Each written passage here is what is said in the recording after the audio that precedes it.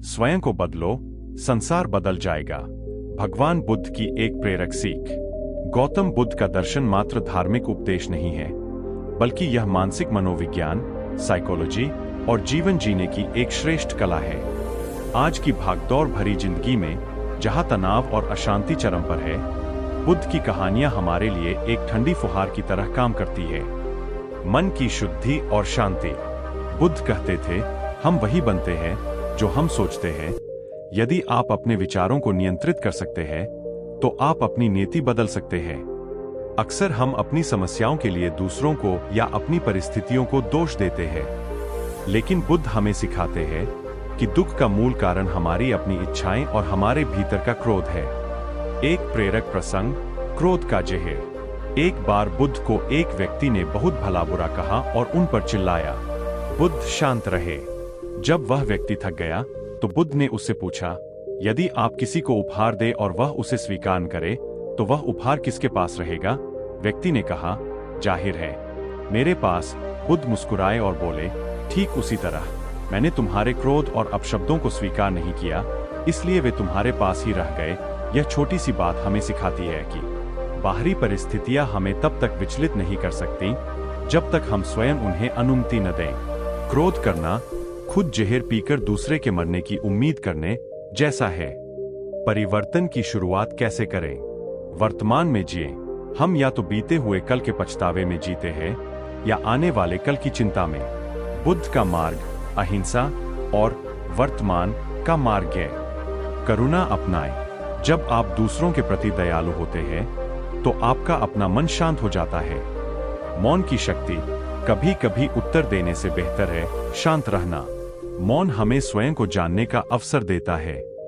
जीवन बदलने के लिए किसी चमत्कार की आवश्यकता नहीं होती, बस एक सही दृष्टिकोण, राइट पर्सपेक्टिव की जरूरत होती है। बुद्ध के विचार हमें याद दिलाते हैं कि शांति कहीं बाहर नहीं, बल्कि हमारे अपने भीतर छिपी है। जिस दिन हम अपनी शांति की चाबी दूसरों को देना बंद कर देंगे, उसी दिन से हमारा वास्तविक जीवन शुरू होगा। भीतर की यात्रा, शांति का एकमात्र मार्ग। बुद्ध का पूरा जीवन एक खोज था, सत्य की खोज और दुखों से मुक्ति की खोज। उन्होंने सिखाया कि इंसान दुनिया जीतने की कोशिश में खुद को हार जाता है, जबकि असली विजेता वही है जो अपने मन को जीत लेता है। अंगुलीमाल का उदाहरण, हृदय परिवर्तन की शक्ति। बुद्ध के जीवन की सबसे क्रांतिकारी कहानियों में से एक अंगुलीमाल की है। एक खूंखार डाकू जिसने हजारों लोगों को मारने की प्रतिज्ञा की थी, बुद्ध की मात्र एक बात से बदल गया। जब बुद्ध उसके सामने से शांत भाव से गुजर रहे थे, तो अंगुलीमाल चिल्लाया, ठहर जा। बुद्ध ने बड़ी सहजता से कहा, मैं तो ठहर गया, तुम कब ठहरोगे? इस एक वाक्य ने अंगुलीमाल को झकझोर दिया। ठहरने का अर्थ केवल रुकना नहीं था, बल्कि उन बुरे कर्मों, उस नफरत और उस हिंसा से रुकना था जो वह खुद के साथ कर रहा था। यह कहानी हमें सिखाती है कि कोई भी व्यक्ति इतना बुरा नहीं होता कि वह बदल न सके। बदलाव के लिए बस एक पल की जागरूकता काफी है। जीवन बदलने वाले 4 सूत्र। अति सर्वत्र वर्जित संतुलन। बुद्ध ने मध्यम मार्ग सिखाया। न बहुत अधिक विलासिता, न बहुत अधिक कष्ट। जीवन में संतुलन ही सुख की कुंजी है। खुद के दीपक स्वयं बने। अब दीपो भव। किसी और पर निर्भर रहने के बजाय अपनी बुद्धि और विवेक पर भरोसा करें। सत्य को खोजें, उसे उधार न लें। शब्दों का चयन। हमारे शब्द या तो घाव भर सकते हैं या घाव दे सकते हैं। बोलने से पहले सोचें कि क्या आपके शब्द मौन से अधिक सुंदर है। लगाव ही दुख है। बुद्ध के अनुसार चीजों और लोगों से अत्यधिक मोह ही हमारे मानसिक क्लेश का कारण है। प्रेम करें, लेकिन उसमें बंधे नहीं। आज के दौर में बुद्ध का महत्व। आज हम सूचनाओं के अंबार में दबे हैं, लेकिन ज्ञान, विजडम से दूर है। बुद्ध हमें सिखाते हैं कि सूचना बाहर से आती है, लेकिन ज्ञान भीतर से उपजता है। जब आप ध्यान और आत्मचिंतन करते हैं, तो आप पाते हैं कि आप दुनिया की भीड़ का हिस्सा नहीं, बल्कि अनंत शांति के स्रोत है। याद रखें, कल क्या हुआ था, इसे बदला नहीं जा सकता। कल क्या होगा, यह आपके हाथ में नहीं है। लेकिन आज आप कैसे सोचते और कार्य करते हैं, यही आपके भविष्य का निर्माण करता है। बुद्ध के जीवन का तीसरा और सबसे गहरा विचार स्वीकार भाव और नदी के समान निरंतरता पर आधारित है। बुद्ध कहते थे कि जीवन में दुख का सबसे बड़ा कारण बदलाव को स्वीकार न करना है। हम अक्सर उन चीजों, स्थितियों या लोगों को पकड़कर रखना चाहते हैं जो समय के साथ बदल रहे हैं। जैसे एक बहती हुई नदी कभी एक स्थान पर स्थिर नहीं रहती, वैसे ही हमारा जीवन, हमारी भावनाएं और हमारे शरीर हर क्षण बदल रहे हैं। जब हम इस अनित्यता, इम्पर्मनेंस को समझ लेते हैं, तो हमारा अहंकार धीरे धीरे समाप्त होने लगता है। बुद्ध ने सिखाया कि यदि कोई आपके साथ बुरा व्यवहार करता है, तो वह उसकी अपनी आंतरिक अशांति का परिणाम है। इसमें आपका कोई दोष नहीं। इसलिए दूसरों की नकारात्मकता को अपने भीतर सोखने के बजाय उसे एक किनारे से गुजर जाने दें। असली बुद्धत्व वही है जहां आप अशांति के बीच भी पूरी तरह शांत और स्थिर बने रहें। जब आप प्रतिक्रिया देना, रिएक्ट करना छोड़कर केवल साक्षी भाव से देखना शुरू करते हैं, तो आपका जीवन अपने आप संघर्ष से शांति की ओर मुड़ जाता है। आत्मविजय, संसार की सबसे बड़ी जीत। गौतम बुद्ध ने एक बार कहा था, युद्ध में भले ही कोई 1000 पुरुषों पर विजय प्राप्त कर ले, लेकिन जो अपने आप पर विजय प्राप्त करता है वही सबसे महान विजेता है। यह विचार सुनने में सरल लग सकता है, लेकिन इसमें जीवन का सबसे गहरा मनोविज्ञान छिपा है। हम पूरी जिंदगी दूसरों को सुधारने, परिस्थितियों को अपने अनुकूल बनाने और बाहरी सुख सुविधाओं को बटोरने में लगा देते हैं। हमें लगता है कि जब हमारे पास बहुत सारा धन होगा, लोग हमारी बात मानेंगे या समाज हमारे हिसाब से चलेगा, तब हम सुखी होंगे। बुद्ध इस धारणा को पूरी तरह से नकारते हैं। वे कहते हैं कि आपकी अशांति का कारण बाहर की दुनिया नहीं, बल्कि आपके भीतर का अनियंत्रित मन है। मन का अनुशासन और कर्म का सिद्धांत। हमारा मन एक जंगली हाथी की तरह है जो कहीं भी भटक सकता है और विनाश कर सकता है। यदि हम इसे ध्यान और जागरूकता के अंकुश से वश में न करें, तो यह हमें चिंताओं, ईर्ष्या और क्रोध की आग में जलाता रहता है। बुद्ध के अनुसार हमारे कर्म केवल वे कार्य नहीं हैं जो हम अपने हाथों से करते हैं, बल्कि वे विचार भी है जो हमारे मस्तिष्क में जन्म लेते हैं। जैसा बीज हम मन की भूमि में बोएंगे, वैसा ही फल हमारे जीवन में उगेगा। यदि आप घृणा का बीज बोएंगे, तो प्रेम की फसल कभी नहीं काट पाएंगे। एक प्रसिद्ध प्रसंग है कि बुद्ध से किसी ने पूछा, मैं सुख चाहता हूं। बुद्ध ने मुस्कुराकर कहा, पहले मैं को हटाओ, क्योंकि यह अहंकार है। फिर चाहता हूं को हटाओ, क्योंकि यह इच्छा, लालसा है। अब तुम्हारे पास जो बचेगा वही सुख है। यह सिखाता है कि सुख कोई ऐसी वस्तु नहीं है जिसे हासिल किया जाए, बल्कि यह वह अवस्था है जो तब प्रकट होती है जब हम अपनी व्यर्थ की इच्छाओं का त्याग कर देते हैं। करुणा और मौन का प्रभाव। बुद्ध का मार्ग केवल व्यक्तिगत शांति का मार्ग नहीं है, यह करुणा, कंपैशन का मार्ग है। जब आप यह समझ जाते हैं कि सामने वाला व्यक्ति यदि गलत कर रहा है तो वह अपने अज्ञान के कारण दुखी है, तो आपके मन में उसके प्रति क्रोध के बजाय दया भाव आता है।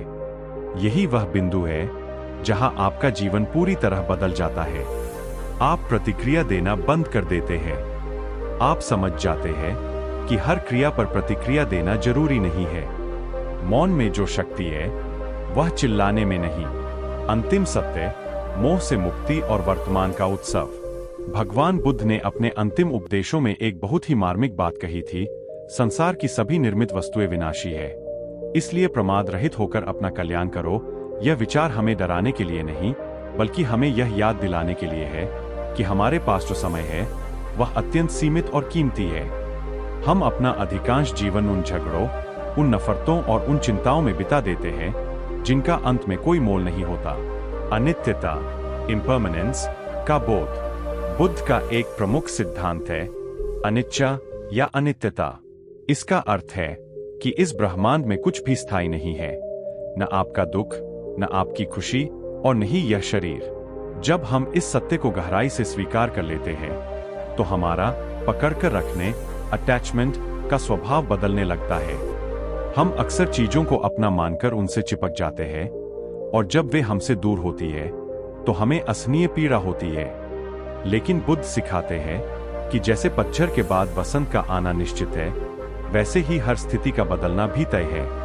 यह बोध हमें कठिन समय में धैर्य और सुख के समय में विनम्रता प्रदान करता है। कृतज्ञता, अभाव से प्रभाव की ओर। हम अक्सर उन चीजों के लिए रोते हैं जो हमारे पास नहीं है, लेकिन बुद्ध हमें उन चीजों के प्रति कृतज्ञ, ग्रेटफुल होना सिखाते हैं जो हमारे पास है। बुद्ध ने कहा था, चलो उठें और आभारी रहें, क्योंकि अगर हमने आज बहुत कुछ नहीं सीखा तो कम से कम थोड़ा तो सीखा, और अगर हमने थोड़ा भी नहीं सीखा तो कम से कम हम बीमार नहीं पड़े, और अगर हम बीमार पड़े तो कम से कम हम मरे नहीं। यह नजरिया जीवन को देखने के ढंग को पूरी तरह बदल देता है। कृतज्ञता हमारे भीतर के खालीपन को भर देती है और हमें मानसिक रूप से समृद्ध बनाती है। मृत्यु का भय और जीवन की गुणवत्ता। लोग मृत्यु से डरते हैं क्योंकि वे जीवन को ठीक से जी नहीं पाते। बुद्ध के अनुसार, जिसने अपने मन को जीत लिया है और जो हर क्षण को पूरी जागरूकता के साथ जीता है, उसके लिए मृत्यु मात्र एक वस्त्र बदलने जैसी प्रक्रिया है। जब आप यह जान लेते हैं कि कल का सूरज देखना निश्चित नहीं है, तो आप आज के दिन को क्रोध या ईर्ष्या में व्यर्थ नहीं गवाते। आप अपनों को क्षमा करना सीखते हैं, आप प्रेम बांटना सीखते हैं, और आप खुद के साथ समय बिताना शुरू करते। भीतर का मौन और संगति का प्रभाव, एक नया दृष्टिकोण। गौतम बुद्ध का एक अत्यंत प्रभावशाली विचार है, एक मूर्ख व्यक्ति के साथ चलने से बेहतर है कि आप अकेले चलें। यह सुनने में कठोर लग सकता है, लेकिन यह मानसिक शांति की सुरक्षा के लिए एक अनिवार्य सत्य है। बुद्ध का मानना था कि हम जिन लोगों के साथ रहते हैं, जिनकी बातें सुनते हैं और जिनसे हम प्रभावित होते हैं, उनकी ऊर्जा धीरे धीरे हमारे भीतर समाने लगती है। यदि आप नकारात्मकता, गपशप और ईर्ष्या से भरे लोगों के बीच रहते हैं, तो आपका मन कभी भी बुद्ध जैसा शांत नहीं हो सकता। ऊर्जा का आदान प्रदान। बुद्ध ने सिखाया कि हर मनुष्य एक ऊर्जा केंद्र है। जब आप किसी ज्ञानी और शांत व्यक्ति के सानिध्य में बैठते हैं, तो बिना एक शब्द कहे भी आपको शांति महसूस होती है। इसके विपरीत, अशांत व्यक्ति के साथ रहने पर आप बिना कारण तनाव महसूस करने लगते हैं। इसलिए जीवन बदलने का पहला कदम है अपनी संगति का चुनाव सावधानी से करना। यदि आपको सही साथी न मिले, तो बुद्ध एकांत, सॉलिट्यूड की सलाह देते हैं। एकांत डरने की चीज नहीं है, बल्कि यह वह समय है जब आप खुद से मिलते हैं। मौन की शक्ति, जब शब्द कम पड़ जाएं। आज की दुनिया में हम बहुत अधिक बोलते हैं। हम अपनी बात मनवाने के लिए, दूसरों को नीचा दिखाने के लिए या सिर्फ खालीपन भरने के लिए शब्दों का सहारा लेते हैं। बुद्ध ने सम्यक वाक, राइट स्पीच पर जोर दिया। उन्होंने कहा कि बोलने से पहले अपने शब्दों को 3 द्वारों से गुजारें। क्या यह सत्य है? क्या यह आवश्यक है? क्या यह दयालुता से भरा है? यदि उत्तर नहीं है, तो मौन रहना ही श्रेयस्कर है। मौन केवल शब्दों की अनुपस्थिति नहीं है, बल्कि यह भीतर के कोलाहल का थम जाना है। जब आप बाहर से चुप होते हैं, तब आपके भीतर की समझ जागती है। प्रतिक्रिया नहीं, चुनाव करें। जीवन में आपके साथ क्या होता है, यह आपके नियंत्रण में नहीं है, लेकिन आप उस पर क्या प्रतिक्रिया देते हैं, यह पूरी तरह आपका चुनाव है। बुद्ध के सामने जब कोई उन्हें गाली देता या अपमान करता, तो वे उसे उपहार की तरह देखते थे। यदि आप उपहार स्वीकार नहीं करते, तो वह देने वाले का ही रह जाता है। ठीक इसी तरह, यदि आप दूसरों के क्रोध और घृणा को स्वीकार नहीं करते, तो आप अपनी आंतरिक शांति को सुरक्षित रखते हैं। अप दीपो भव, अपना प्रकाश स्वयं बने। महापरिनिर्वाण से पहले, जब बुद्ध के प्रिय शिष्य आनंद रो रहे थे और पूछ रहे थे कि आपके जाने के बाद हमारा मार्गदर्शन कौन करेगा, तब बुद्ध ने अपना सबसे क्रांतिकारी संदेश दिया। अप दीपो भव, अर्थात अपने दीपक स्वयं बनो। यह 7वां विचार जीवन को पूरी तरह से आत्मनिर्भर और गरिमापूर्ण बनाने का मंत्र है। किसी बैसाखी की तलाश छोड़े। हम जीवन भर किसी न किसी सहारे की तलाश में रहते हैं। हमें लगता है कि कोई गुरु, कोई चमत्कार, कोई व्यक्ति या कोई विशेष परिस्थिति आएगी और हमारे दुखों को हर लेगी। बुद्ध कहते हैं कि सत्य उधार नहीं लिया जा सकता। कोई दूसरा आपको केवल मार्ग दिखा सकता है, लेकिन चलना आपको खुद ही पड़ेगा। जब तक आप अपनी समस्याओं के समाधान के लिए दूसरों की ओर देखते रहेंगे, तब तक आप मानसिक रूप से गुलाम रहेंगे। जिस दिन आप यह स्वीकार कर लेते हैं कि मेरे सुख और दुख की जिम्मेदारी मेरी अपनी है, उसी क्षण आप मुक्त होना शुरू हो जाते हैं। भीतर का खजाना बनाम बाहरी चकाचौंध। हम एक ऐसे युग में जी रहे हैं जहां दिखावा ही सब कुछ बन गया है। हम दूसरों को प्रभावित करने के लिए वह सामान खरीदते हैं जिसकी हमें जरूरत नहीं है, और उन लोगों जैसा बनने की कोशिश करते हैं जिन्हें हम पसंद भी नहीं करते। बुद्ध हमें सिखाते हैं कि शांति बाहरी उपलब्धियों में नहीं, बल्कि भीतर की शून्यता में है। जैसे एक गहरे समुद्र की ऊपरी सतह पर लहरें कितनी भी उग्र क्यों न हों, उसकी गहराई में हमेशा शांति बनी रहती है। वैसे ही जीवन की उथल पुथल के बीच हमें अपने भीतर के उस केंद्र को खोजना होगा जो हमेशा अछूता रहता है। क्षमा और करुणा का अंतिम सोपान। बुद्ध का 7वां सूत्र है पूर्ण क्षमा। बुद्ध ने सिखाया कि जो व्यक्ति दूसरों को क्षमा नहीं कर पाता, वह वास्तव में खुद को सजा दे रहा होता है। घृणा को पालना वैसा ही है जैसे आप किसी जलते हुए कोयले को दूसरे पर फेंकने के लिए अपने हाथ में पकड़े हुए हो। जलेंगे आप ही। जब आप क्षमा करते हैं तो आप सामने वाले पर एहसान नहीं करते, बल्कि आप अपने मन के बोझ को हल्का करते हैं। निष्कर्ष, जागृत जीवन की शुरुआत। जीवन बदलने के लिए किसी विशेष तिथि या मुहूर्त की प्रतीक्षा न करें। बुद्ध का मार्ग अभी और यहीं का मार्ग है। यदि आप आज जागरूक हैं, यदि आप अपनी सांसों के प्रति सचेत हैं, बुद्ध के जीवन का यह 8वां विचार मानसिक गुलामी से मुक्ति और विवेक की शक्ति पर आधारित है। यह विचार आपको सिखाएगा कि कैसे आप समाज, परंपराओं और अपने ही पुराने विचारों के जाल से बाहर निकलकर एक स्वतंत्र जीवन जी सकते हैं। विवेक की जागृति, अंधश्रद्धा से सत्य की ओर। बुद्ध ने कभी नहीं कहा कि मेरी बातों को इसलिए मान लो क्योंकि मैं बुद्ध हूं। उन्होंने कालाम सूत्र में स्पष्ट कहा था, किसी भी बात को केवल इसलिए मत मानो क्योंकि वह किसी ग्रंथ में लिखी है, या वह परंपरा से चली आ रही है, या उसे किसी प्रभावशाली व्यक्ति ने कहा है। उसे तभी मानो जब वह तुम्हारे विवेक की कसौटी पर खरी उतरे और उससे सबका भला हो, विचारों की जेल से बाहर निकलें। हममें से अधिकतर लोग अपने अतीत के अनुभवों और समाज द्वारा थोपे गए विचारों की जेल में रहते हैं। हमें बचपन से बताया जाता है कि हमें किससे डरना है, क्या हासिल करना है और कैसे सफल होना है। बुद्ध हमें सिखाते हैं कि जब तक हम सचेत, कॉन्शियस नहीं होते, हम केवल एक मशीन की तरह प्रतिक्रिया देते रहते हैं। जीवन बदलने का अर्थ है पुरानी लीक को छोड़कर अपने स्वयं के सत्य का साक्षात्कार करना। मध्यम मार्ग, न अति न अभाव। बुद्ध का 8वां सूत्र है मध्यमा पटिपदा, यानी मध्यम मार्ग। जीवन में दुख अक्सर अति, एक्सट्रीम्स से आता है। या तो हम सुखों में इतने डूब जाते हैं कि अंधे हो जाते हैं, या फिर खुद को इतना कष्ट देते हैं कि शरीर और मन थक जाते हैं। बुद्ध कहते हैं कि जैसे वीणा के तारों को न इतना ढीला छोड़ो कि स्वर निकले और न इतना कसो कि तार टूट जाएं, वैसे ही जीवन को संतुलन में जियो। संतुलित भोजन, संतुलित नींद और संतुलित विचार ही श्रेष्ठ जीवन का आधार है। समस्या नहीं, नजरिया बदलें। एक बार एक व्यक्ति ने बुद्ध से कहा, मेरे जीवन में बहुत समस्याएं हैं। बुद्ध ने उससे कहा, तुम्हारे पास 83 समस्याएं हैं और उनके बारे में मैं कुछ नहीं कर सकता, लेकिन मैं तुम्हारी 84वीं समस्या को हल कर सकता हूं। व्यक्ति ने पूछा, वह क्या है? बुद्ध बोले, 84वीं समस्या यह है कि तुम चाहते हो कि तुम्हारे जीवन में कोई समस्या न हो। यही वह क्रांतिकारी सोच है। जीवन में उतार चढ़ाव तो आएंगे ही, लेकिन जब आप उन्हें स्वीकार कर लेते हैं तो वे आपको परेशान करना बंद कर देते हैं।